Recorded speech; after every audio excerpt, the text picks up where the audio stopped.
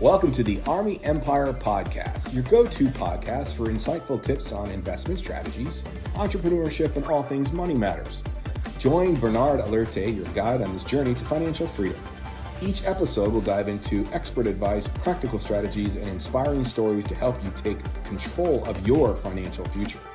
Whether you're an aspiring entrepreneur or a seasoned investor, we've got something for everyone.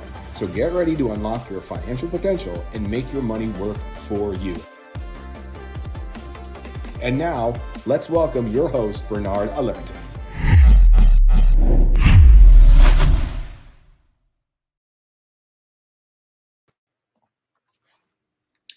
Hey, Bernard. Welcome. Hey, how are you doing? Good. Ready for another session of chatting with our financial coach. Yes. Thank you. We're excited. We're going to cover a lot of great things today. Yes. So as I see the numbers are going up, I see some folks are jumping on. Don't forget to share, to comment, to like the podcast, because the more we grow, the more people we begin to reach. We just love that. And that's a blessing to so many people. So we already have some folks jumping on. How's it going, Alistair? Thank you for joining us. Good evening. Thank you for joining us, guys. And welcome to the Army Empire Podcast with your host, Bernard.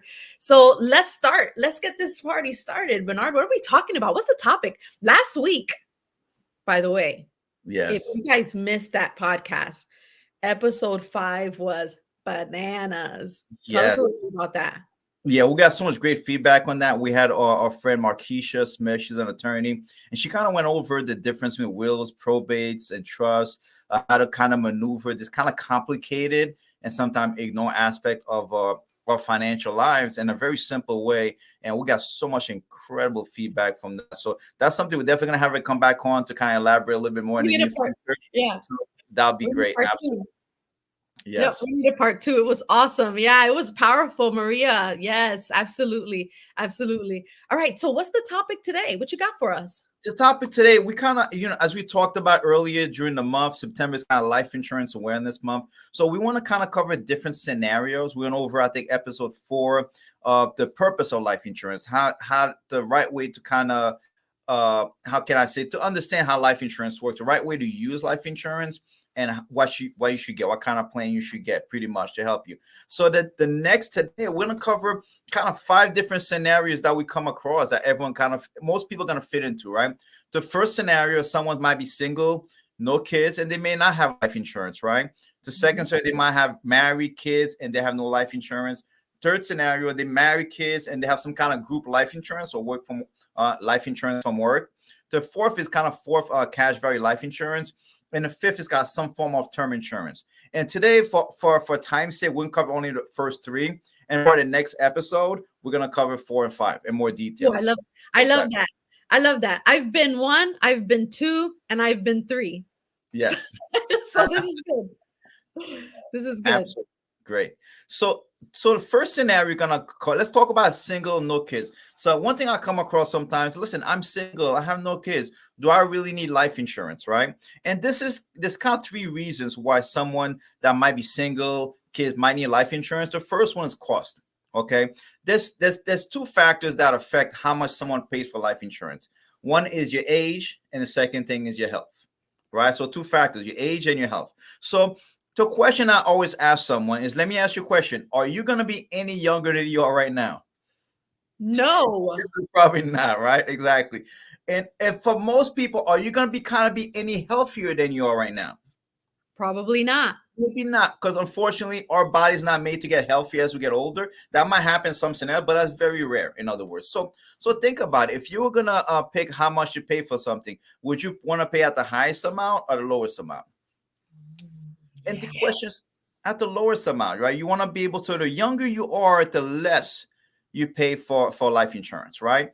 And also at the same time, life insurance is priced a certain way that the younger you are, the less you're going to pay over a period of time. So I'll give you an example. Someone that might be 25 years old might pay, let's say if they pay for, let's say from 25 to 75, that's their expectancy, right? From 25 to 75, they're going to pay probably a lot less for life insurance over that period of time versus someone that starts at 50 to 75.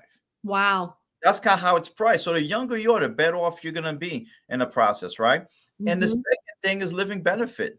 Listen, the great thing we talked about life insurance, one of the benefits is have a terminal illness benefit. If something were to happen to you, God forbid, and that you get access to the proceeds before you pass away. Okay. So let's say if someone dies with cancer or something, so you can have access to money up front. Listen, they've been doing surveys that a lot of younger people are getting cancer now, believe it or not, than before. It's actually is affecting a lot. We had someone, as a matter of fact, that was 19 years old and their child had cancer, right? So that's something that's so important to understand is the earliest. That's very important to have that option also. And the third is legacy for your loved one. Maybe you may not have kids yet or something, but think about it. Is there anyone that's in your life that you care about that if something were to happen to you, God forbid, you want to make sure you leave them something that could make a huge difference in their lives? Right. And answers, and if there is someone, then you should definitely get it. Especially, for example, is that's important. Let's say sometimes kids go to school, right, and they have student loan debt, and where the parents sometimes are co-signers for the debt for the loan, right? So sometimes if the kids, something happens to the kids, God forbid, the parents are still stuck with the debt because they co-sign for it. So be able to have that is very important to make sure. So if someone's single, no kids, and you definitely need life insurance. The earliest you are, you're better off you're gonna be. In other words, right? Because here's the challenge, Liz. A lot of people want to get life insurance when they're old and sick, but the challenge is life company's not gonna cover you. They're only gonna cover when you're young and healthy. So that's the kind of. So a lot of people don't want life when they're young and healthy, but companies don't want you when you're old and sick. Let's just call it what it is, right? So the earliest you're better off you're going to be in the process, right? So true. That is absolutely true. Put a thumbs up in the comments if you believe that to be true. So true. The younger you are, the better it is to start. You're healthy, and it just works to do it that way, to start now. Really good information. And it's so cost effective. Sometimes for most people, less than $40 a month for Life Prime. You can get a lot nice amount of protection for 40, 50, very cost effective for most people. So it's very important to get early enough, and it stays the same. Yeah, right? So good. Next scenario, which is very complicated for a lot of people, we'll spend some time. If they have some kind of group life insurance, right? They have some kind of life insurance to your job. Sometimes I have conversations with fans. Well, I have life insurance to your job, and a lot of people think that's enough. Just like they may have a retirement plan at work or health insurance at work, they think that's enough. No, it's not. Let me share with you why. And there's kind of 4 reasons why group life insurance is inadequate in people's life. Number 1 is trend. If you think about the trend in corporate America, Liz, right? You think the trend benefits why is for companies to give you more benefits or less benefits? Crazy. It's a lot less benefits, right? They have a trend to give less benefits. So think about it. When a company offers, for example, life insurance to work, see the thing about it, they can cancel anytime. Because they can say, you know what, over a period of time, they might say, oh man, they say, you know what, let's cut down on expenses. Let's just cut the life insurance. Let's just end it right then and there. And there's nothing you can do about it, right? Which is a major challenge. Okay. So trend is a major challenge in corporate America. And I always ask people, let me ask you a question. Who would protect for your family more? Look out for your family, your company or you? Me. Exactly. And that's the first challenge. The trend is a very major obstacle towards that. The second one, you have to be employed to work there. You can't take it with you. Yeah, when you leave, you don't take it. If you leave the job, you can't take it with you. Because think about average person switches seven different jobs in their lives, right? So think about it. You just can't take it with you. As soon as you leave the job, you don't have it anymore.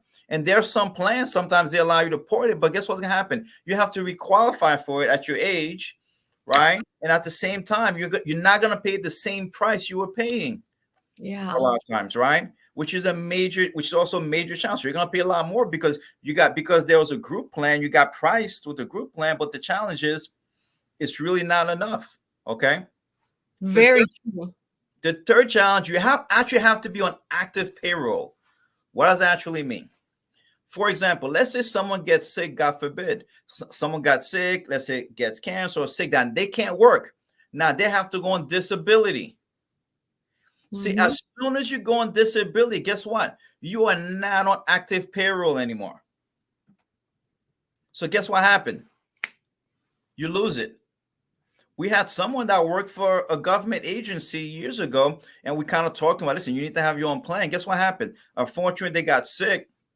And guess what happens? They were on disability, so they're not on the payroll. They were older. Guess what happens? The life insurance, they canceled. So they passed away. They didn't get anything. Horrible. It's terrible. So a lot of people think, oh, man, I have life insurance job. Listen, health insurance might be good. And sometimes it's kind of different right now. Change. But you got to have your own plan. Okay. So you always got to have your own plan, because whether you work from this company or that company, you are set. It doesn't matter. Okay. So depend on yourself. So it's so important to make sure you have your own plan. The last one, living benefit. Having access to, if God forbid something to happen to you, you were terminally ill or something, you're able to have access to the money up front, so you can actually for treatments or anything you might need. So it's such an important option to be able to have your own plan rather than just depending from group life. Listen, if you have life insurance to your job, okay, if it's very pennies on a dollar, that's perfectly fine, but don't depend on that. Do not depend on that for your financial security. Worry about yourself and you plan for yourself. That's so great. Yeah. And I think the key here is when you're employed and you're no longer employed with that person, you don't take that life insurance with you. That's huge right there. Now, before we go to the next slide, to point 3, we have a good question. And I think this was more about slide 1 when we were talking about being young. What's the youngest age to get life insurance? As soon as you're 18 years old, you should get life insurance. As soon as you're 18 years old, you should absolutely get it. I always listen. We have my wife and I, we have 5 kids old, blended family. As soon as the kids were 18, they got their own plan. Really? Their own plan. We want to make sure that we pay for their own plan. And what happens as they got older, they got married, they kind of took over the plan, but at least they locked in at that price. It's very important for us to do that. And so it's just things like that a lot of people don't think about. We locked in because things happen. Even as young people, health challenges happen so many times, you know. So you want to make sure you're locked in a rate and be able to get in the right position. Yeah, that's awesome, man. I love that. All right, here we go. 3. The third one is they have no life insurance. They're kids and married, and they don't have any life insurance, right? So that happens sometimes too. And usually I find, Liz, there's kind of 3 reasons where someone, let's say that might be married or kids, doesn't have any life insurance. Number 1 is usually they felt the need, but they never got around to it, right? A lot of people say, man, I need life insurance, but they never got around to it. They didn't know who to talk to, who to trust. They didn't actually know, where do you go? You know what I mean? Where do you go? Who do you come across? So, I mean, who do you trust to give them the right information? So that's the first challenge a lot of times. That happens so many times. And the second one is they didn't think they could afford it. A lot of people, they really don't think they can afford it. A lot of people think, oh my gosh, they kind of compare life insurance, like health, like how can I say, car insurance. They think it's going to be almost the same, because average person pays a couple $100 a month usually for car insurance, right? So they're like, man, I don't know if I can afford it. They think it's going to be exorbitant. But for a lot of families, it's not a lot. It's not a lot sometimes. You'd be surprised how someone can get covered, especially if they're early enough, even if they're married, how they can get a good plan, cost-effective plan, right, that they can be able to afford, okay, for probably sometime less than $2-3 a day. $1 a day for some people, even less, right? And that's the second reason that happens. And the third one, which I don't like to think about, but that's just called reality, they just don't care about the family. It's as controversial.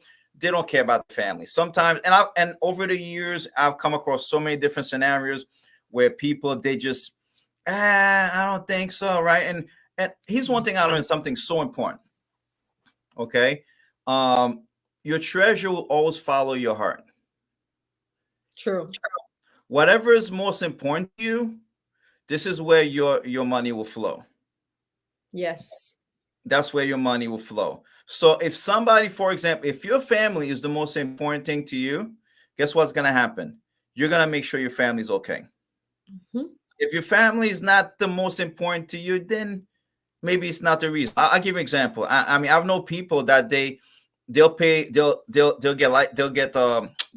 5, 6, $700, $800 a month for, let's say, a car insurance for like a fancy car, right? Yes. They won't even get $100 a month to protect their family. And once I see that, all it means is, like I said, your treasure always follow your heart. So that means driving that fancy car is more important to them. How people feel about them, how people see them, is more important, right? It's more important actually than protecting the family. I just call it what it is. As controversial it is, but it's just a reality. And we've come so many sad scenarios, especially even recently on scenarios. We had someone, one of my assistant office manager, she was talking to someone, a young lady, on Saturday, right, during the day, and Saturday evening they got into an accident and she passed away. Wow. That is a sad situation. We had again someone that's 19. I was talking to someone even last week. Oh, they're 50-year-old. They passed away. Right? Something happened. Left nothing. They had to kind of scramble and find different. It's kind of sad. It's a sad thing that I see happen time and time again, which is kind of sad. And I'll tell you more on a personal basis for us and our family. Right, is as you know, Eileen and I, we have a blended family. Eileen, before, she had 3 kids, right? 3 kids together, beautiful kids, which is Sarah, Lauren, and Darius. And I have my son Justin, and we kind of got married together. We added Sophia the princess together. And yesterday was a sad day because a year ago, the kid's dad passed away. He was young, early 50s. He passed away, got cancer, and just like that, within a couple of months. And it was kind of like a sad day. It just very emotional day for the family because he was a great person, great dad, loved his kids. His kids very close to him. But one thing he did, he made sure he left his family. He made sure he left the kids something. Wow. Make sure he left something for the kids. And because he left something for the kids, they're opening up businesses because of that. They're actually they're paying for their school, finishing their education because of that. They're gonna they're gonna get a mortgage. They're gonna get a house because of that. They were able to have beautiful weddings this past year because of that. So people don't realize the impact. Make sure you're leaving a legacy for your family. Like we talk about Proverbs 13:22, is a good man leaves an inheritance for his children's children. That means we're supposed to make sure our kids and our grandkids are in a better position than us. Always a better position than us. And we always gotta make sure. See, I believe life insurance is part of the most selfless thing you can do for your family. Why? Because love is selfless. And love doesn't expect anything back. Love doesn't have any conditions. So when you leave life insurance, you're not going to get anything out of it yourself, but you're leaving for your family. That's you so good. You're going to be okay. And I'm going to read this letter for you real quick, right? It says, see, you and I have similar purposes in this world. It is your job to provide food, clothing, shelter, schooling, medicine, and other things for your loved ones. You do this while I lie in your safe deposit box. See, I have faith and trust in you. One out of your earnings will come the cost of my upkeep. At times, I may appear insignificant to you, but someday, and who knows when, you and I will change places. See, when you are laid to rest, I will come alive and do your job.